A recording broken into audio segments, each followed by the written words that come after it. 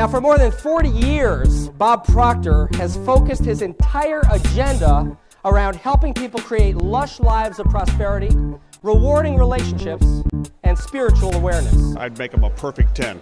If I was an Olympic coach, that's the score I would give him. Very energetic and engaging and really very interesting. Bob Proctor knows how to help you because he comes from a life of lack and limitation himself. It's very easy to understand, very straightforward. He makes you want to listen to everything he has to say, very informative. In 1960, he was a high school dropout with a resume of dead-end jobs and a future clouded in debt.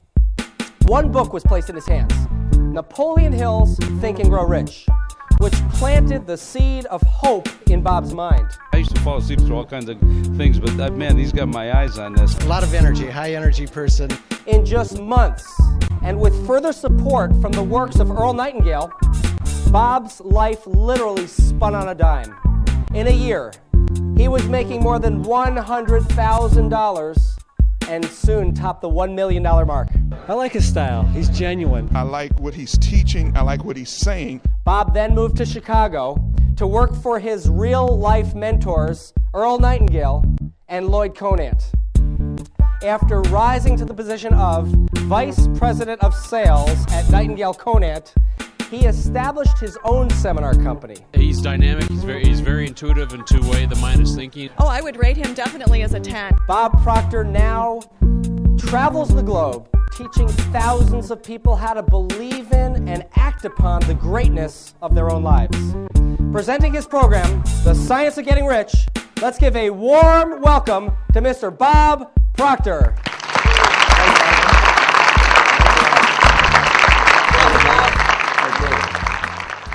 Good afternoon.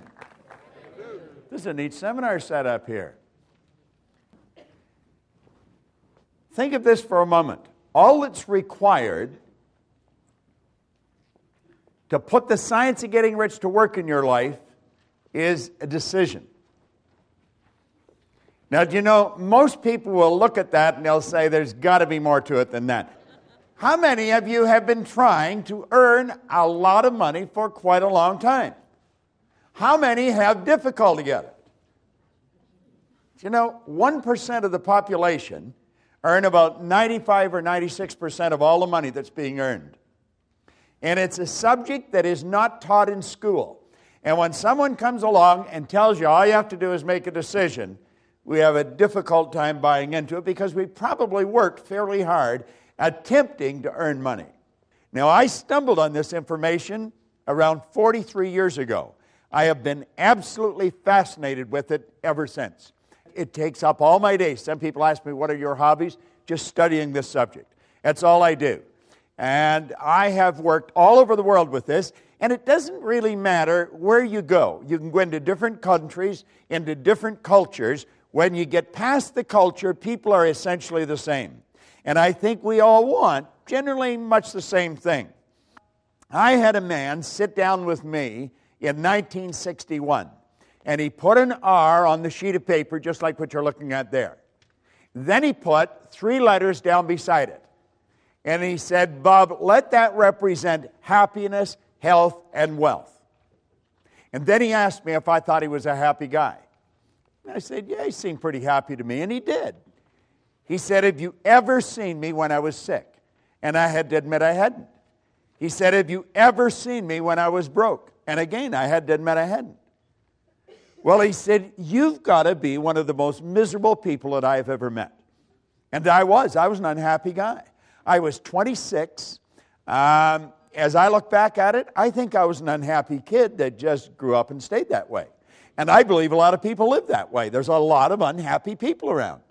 I didn't have a terminal illness, but I always had a cold or a headache or a backache or something. And when it came to money, I had a problem. You see, as he said to me, he says, you're striking out in all of these areas. I was actually earning $4,000 a year at the time, and I owed $6,000. Now, you know, that's not an uncommon position for a person to be in. If I took everything I earned for 18 months, nothing to live on, and just paid debt, I would have just broken even. So when you look at that, you know, there's not a lot of hope. I don't think I ever thought I'd get out of debt. It never entered my mind that I could. I never really thought of earning a lot of money. I was just trying to keep the wolf away from the door. You know, the phone would ring every day, tell them I'm not there, you know, or where's the money?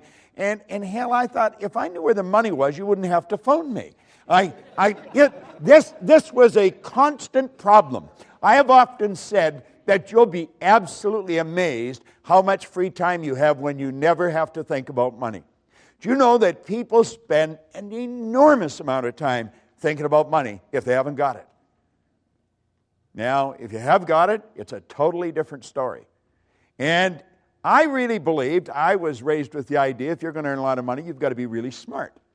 If you're going to earn a lot of money, you have to have a great education. You have to have a lot of experience. But that's not what this man told me. Now, that's the man that I sat down with.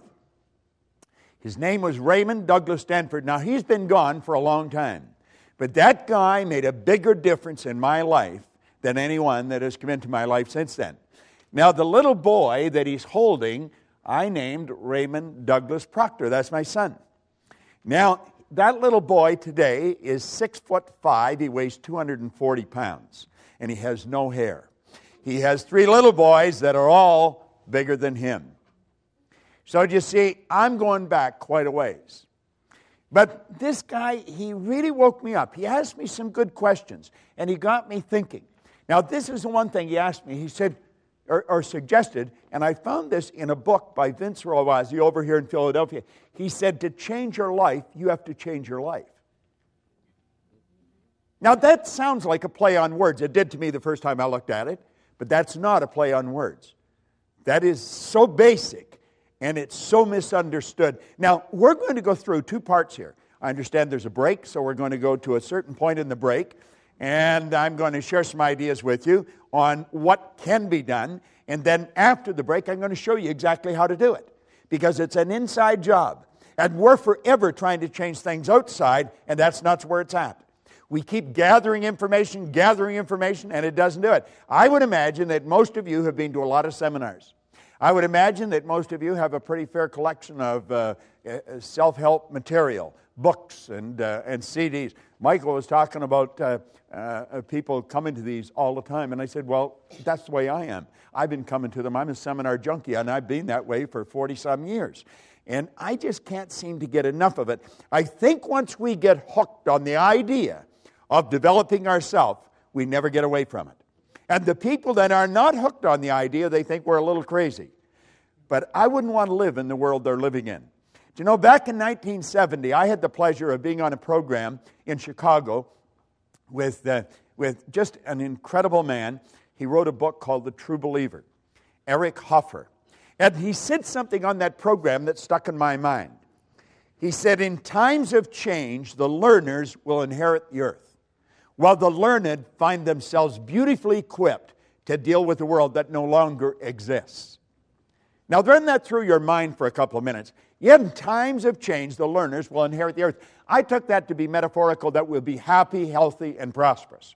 While the learned find themselves beautifully equipped to deal with the world that no longer exists. You see, there's no such thing as a learned individual. There's no such thing as an educated individual. That's a misnomer. We're either learning or we're not. Napoleon Hill talks about education coming from the Latin educo, meaning to educe, to develop, or to draw out from within. So you see, we don't even have to get anything. As we really start to understand what makes everything happen, we're going to find out that we've already got everything we need. It's simply a matter of becoming aware of it. And so Ray suggested this to me, and then he introduced me to the book. Now, the book was Napoleon Hill's book, Think and Grow Rich. I have never stopped reading this book. The book that I carry with me, I've been carrying since 1963, and I read it every day. Now, I think Hubbard pointed out that when you read a good book through the second time, you don't see something in it you didn't see before. You see something in yourself that wasn't there before. Yeah, you see, it's the repetition of the